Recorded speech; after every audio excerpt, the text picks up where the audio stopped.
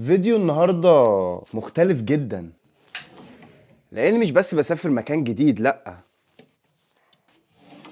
ده أنا بشارككم يوم في حياتي الشخصية وهوريكم الجامعة اللي أنا بدرس فيها عاملة ازاي.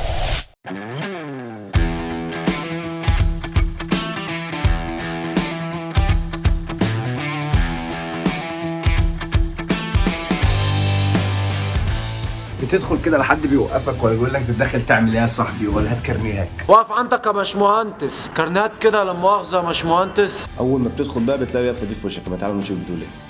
ار يو اوكي؟ انت كويس؟ في حاجه مضايقاك؟ في حد مضايقك؟ حاسس بالوحده؟ عايزكم تقولوا لي مين في مصر ما عندوش المشاكل دي.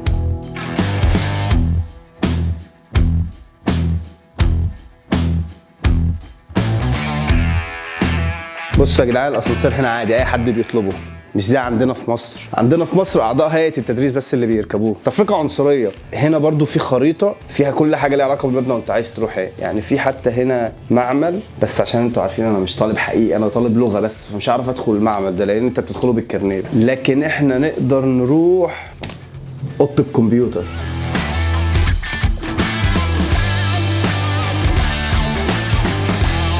هنا الكمبيوترات دي كلها اي طالب في الجامعه بيقدر يستخدمها. بتعمل لوج ان باسمك والباسورد بتاعك، الاي دي بتاعك في الجامعه، تقدر تستخدم اي كمبيوتر من الكمبيوترات دي.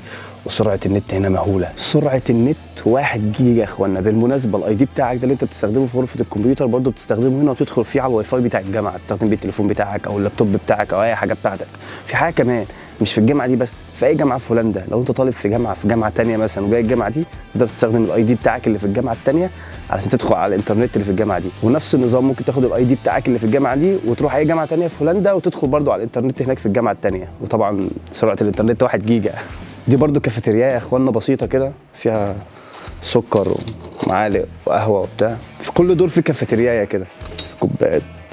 نشرب لنا كوبايه قهوه كده ونكمل تصوير الفيديو. بص هنا قدامك الاختيارات كلها اللي انت عايز تاخده ايه. فمثلا انا هختار ايه، كابتشينو ولا تشوكلت ميلك. احنا نجيب كابتشينو. وبتختار الشجر السكر، بتختار 3، بتختار القوه بتاعته مثلا خليه متوسط برضو، وبتختار صح. لذيذ. واهم حاجه في الجامعه هي مش شكلها من بره ولا حنفيات الميه، اهم حاجه هي العلم. والجامعه دي من احسن 150 جامعه على مستوى العالم.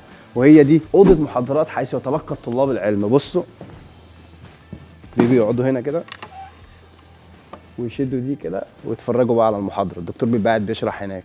في حاجه لطيفه بقى، الحضور مش اجباري. وعشان اكون دقيق اكتر، الحضور بنفسك مش اجباري. يعني الدكتور بيبقى واقف بيشرح هنا وفي كاميرا صغيره هناك هنا بتنقل الدرس لايف على تطبيق زوم، والمهم منك انك تحضر، سواء تحضر هنا او تحضر اونلاين وانت قاعد في البيت على تطبيق زوم. والدكتور هو واقف بيشرح هنا للطلبه، وانا مثلا طالب مجتهد وعايز اساله سؤال، هل هوقف المحاضره والعدد الكبير ده واساله سؤال؟ لا، في سيستم هنا على تطبيق ديسكورد، انت بتسال السؤال في التطبيق وبيظهر للدكتور هنا على السيستم بتاعه. وبعدين هو بعد ما يخلص شرح بيجاوب على الاسئله او بيجاوب عليها خلال الشرح اللي هو بيشرحه للطلبه. ودي قاعه محاضرات تانية هي اصغر شويه بس نفس السيستم. يعني انا مش عارف بصراحه ايه غايتهم في بتاعه الطباشير دي. يعني عندهم بروجيكتور وعندهم ترابيزات نظيفه ودنيا نظيفه ومستخسرين يجيبوا سبوره بقلم. لا اله الا الله.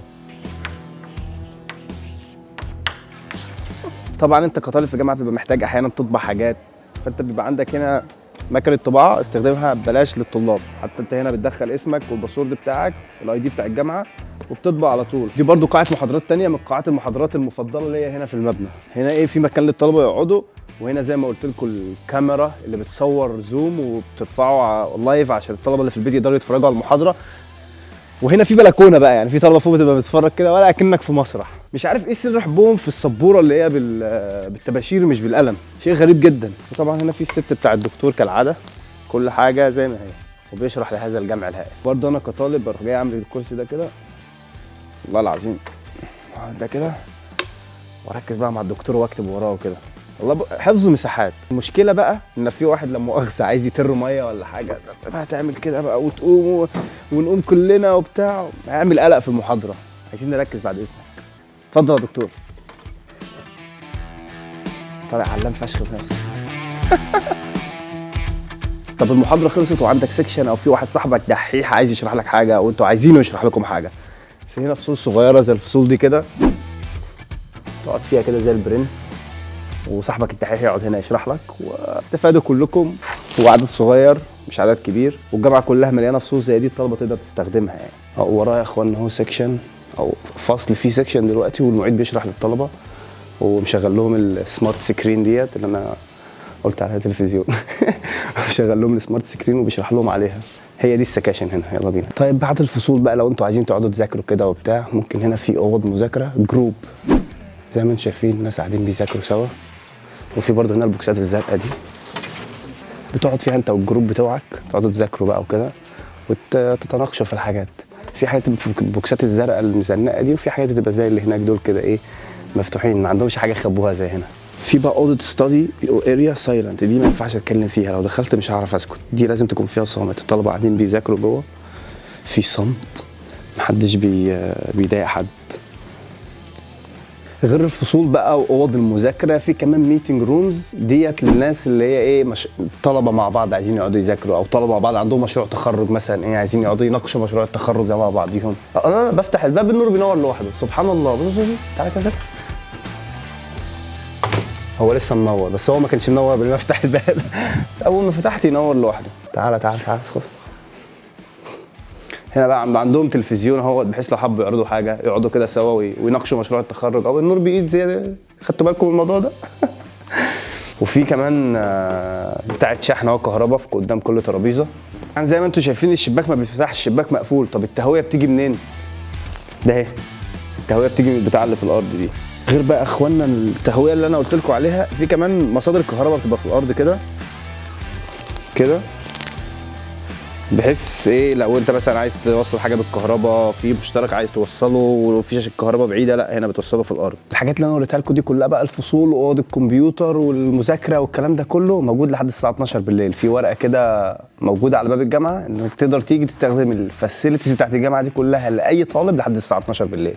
طيب يا اخوانا، امن الجامعه قفشني وقال لي ممنوع التصوير في الجامعه، فانا اضطريت ان انا اوقف تصوير. لكن في اليوم اللي بعده خليت واحد صاحبي يروح الجامعه ويصور لي بالتليفون بتاعه. كان في حاجه كان نفسي اوريها لكم بنفسي، لكن هضطر اعمل عليها فويس اوفر مش اكتر، وهي ان الجامعه فيها مسجد او مصلى صغير معمول للطلبه المسلمين عشان يقدروا يصلوا في الجامعه. بتدخل بتلاقي في مكان للوضوء، وبعدين بتدخل على المصلى اللي بيكفي حوالي 20 او 25 طالب.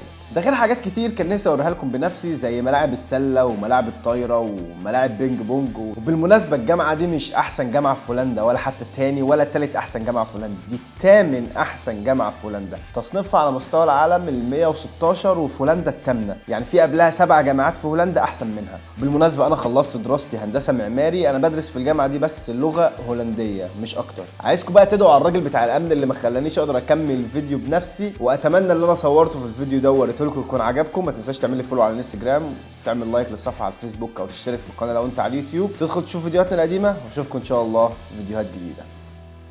مع السلامه.